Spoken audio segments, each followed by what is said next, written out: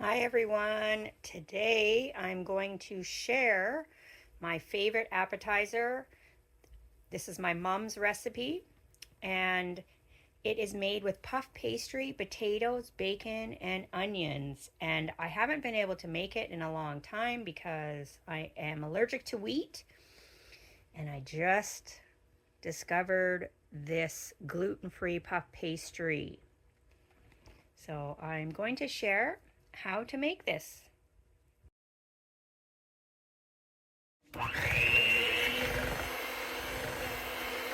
Okay, so the first thing you need to do is boil some potatoes and mash them up. Then you're going to cut your bacon into small little pieces and fry them up. You're also going to take about half an onion, chop them really small, and cook them in with the bacon so they're nice and caramelized. But once that is nice and cooked and caramelized, you're going to add it to your your mashed potatoes and mix it up well. You can add seasoning if you want to add garlic or anything. I usually don't, just like salt.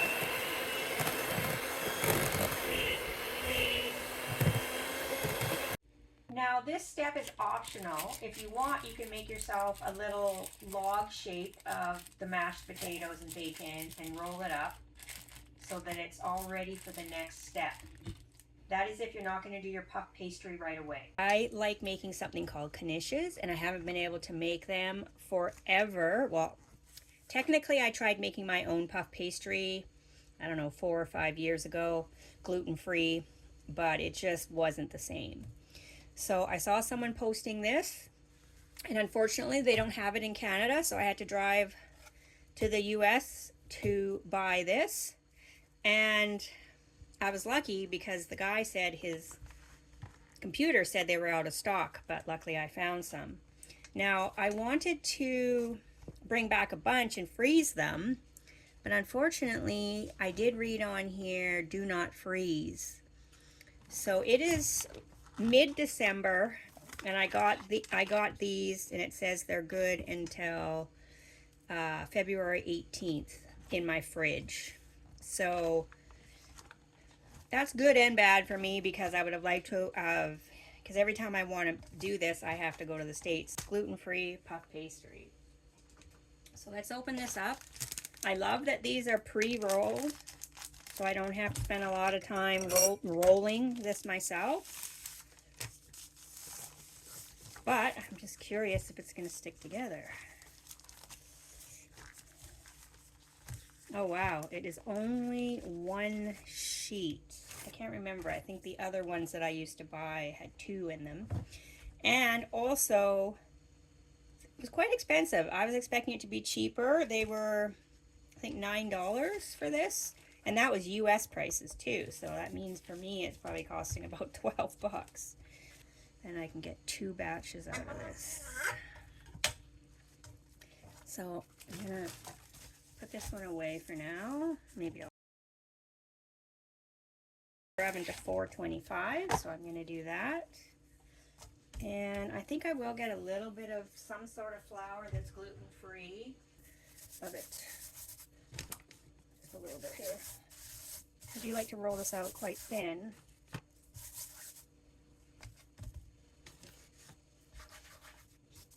Hopefully that won't dry it out too much. Now I'm going to roll this long ways first, or width first, to get it about how wide I would like this.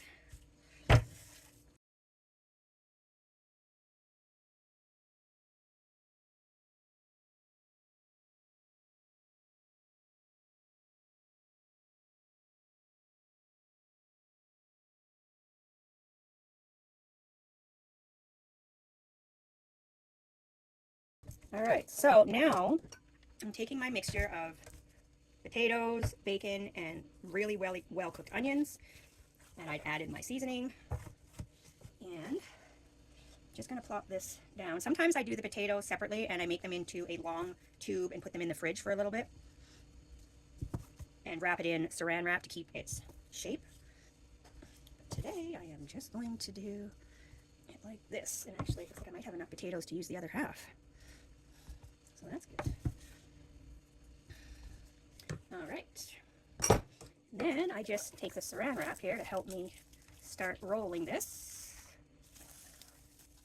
I hope it doesn't stick too much. I can't believe this is actually gluten-free because it looks almost the same as the other stuff I used to use. And I just kind of squish it down to make a log. Perfect, my oven's ready now. Okay, there we go. Usually I'll put this one aside for a moment so I can finish my other ones. Okay, I'm back and I have a cookie sheet here. And so I'm just going to cut these. You can cut them however thick you want.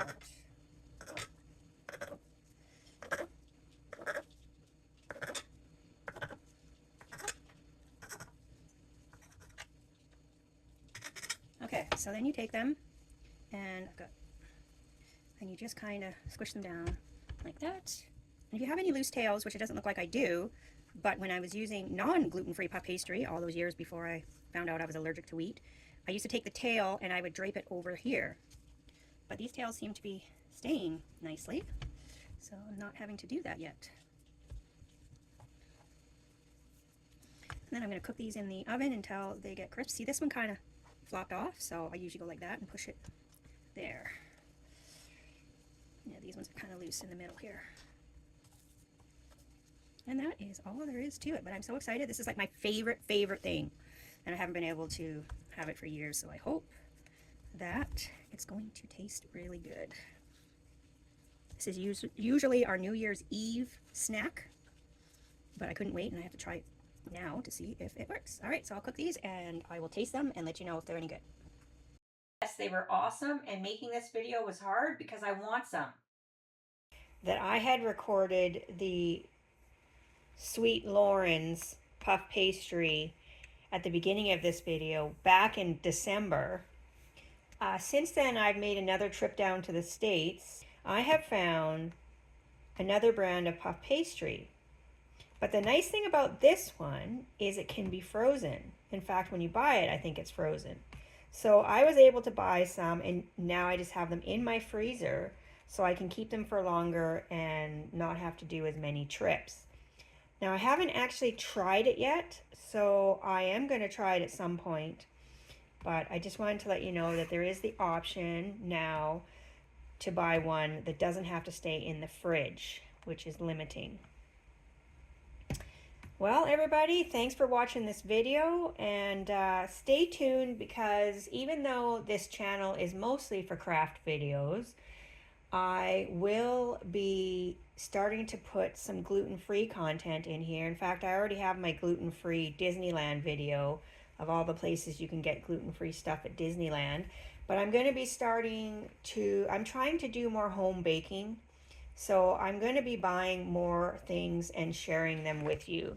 So if you'd like to subscribe, then you'll get notified every time I post something new. And take care, everyone.